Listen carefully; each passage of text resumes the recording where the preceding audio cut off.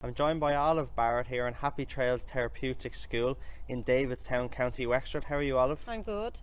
Olive, you have a great setup here with ponies and Thank you. for kids with disabilities. Tell us a little bit about what you do and who you cater for. Okay, so we would have a large kind of variety of people, people with disabilities, children with autism. We would have people that would actually kind of suffer from mental illness, people that would feel quite stressful in their lives. So we would have different kind of aspects of therapy for each individual needs. Very good. And you have a lot of kids coming to you during the weeks? Yeah, we would have a lot of kids, all different ages, maybe coming for private lessons, and then we would have adults coming from services within the Wexford area.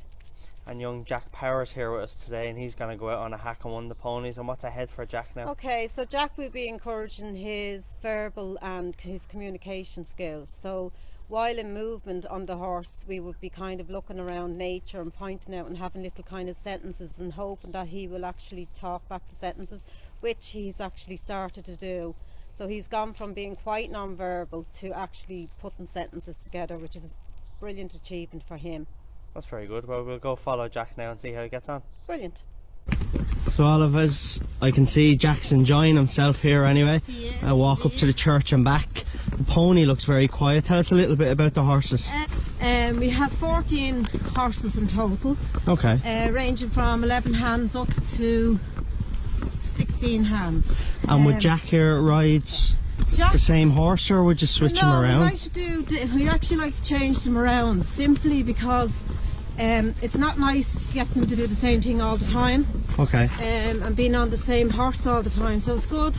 A lot of children with autism like to stick to the one thing, so we try and kind of push them past that and we move them onto different horses. So next week he could be on a different horse and he doesn't mind.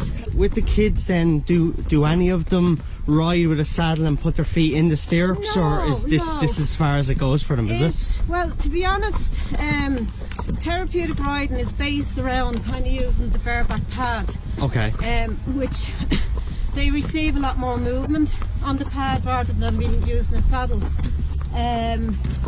However, if there is where there's a child really getting stability on the saddle or on the bareback pad, and if the parents want to kind of let them progress, we can do that. Okay. That's not a problem at all. We have one little girl that comes on a Sunday and she's actually using reins. So we actually don't lead her anymore, so she's able to actually come up here on rein, using reins, which Well, that's is good, fantastic. she's improving then. Yeah, she's brilliant. So we would notice a lot of the children would feel a bit hyper, but when they come, get on the horse, they just kind of, and sometimes I don't even do that, we don't talk, we might just have a bit of quiet on the horse. Okay. Because there's a bit of me time for them as well. That's true. And We all need that, don't we? Yeah, definitely. And as you can see, like, we're just, it's the horse that's the therapy. You know, these are You're just there as a guide and to make sure it's okay. Yeah, we make sure that the children are safe. But really, her movements is really what is so important for the children.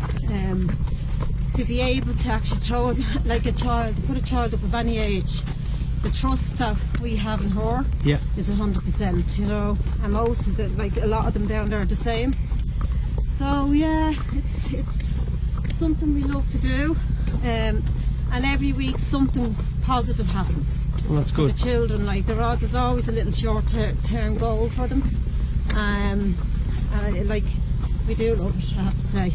And it's amazing, by sitting on a horse's back, the way it can improve a child like Jack's speech, where he'll talk a little bit and things like that. So Definitely. It's all positive then that way. So it's like you're not only getting the physical end of it, you're getting the intellectual as well. You're getting the trust, you're getting coordination, you're getting kind of the bond then builds up in between the horse and the children as well.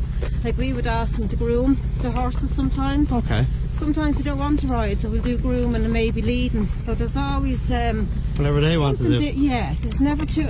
There's one thing we don't do is pressure. We don't put pressure on the children at all. And I think they enjoy that, you know. Okay, Jack. You say ready? And involved in horses all your life, what made you go down this road? After, I suppose, finishing, I done a horsemanship course in Sligo. And when we moved down here, I took 2 horses from the sanctuary in Sligo. Okay. And neither of them were broken or anything, but one of them, which is Earl, who is our top horse at the minute, it just, I don't know, it just kind of, I said, you nearly could put anybody on him. So I kind of looked into it. Also having a child with a disability made me think I'd love to be able to provide something that is safe and kind of, you know, around the equine therapy. So I decided to study and become therapeutic riding therapist, and then we just decided to open it up as a therapeutic riding school for children and adults with disability, but also for anybody. It's very good for mental health, and as you know, mental health at the minute is Big a thing. big thing, and at the minute I'm studying to be an equine assisted learning facilitator, which I would hope to be able to offer programs for people that would be feeling depressed or anxiety. That's something I'm going to be hoping to do next year. So to be interacting with horses and to be around horses, which is very good for mental health. Brilliant. What's in there? What's in there? Okay, let's go, Rain. Ready?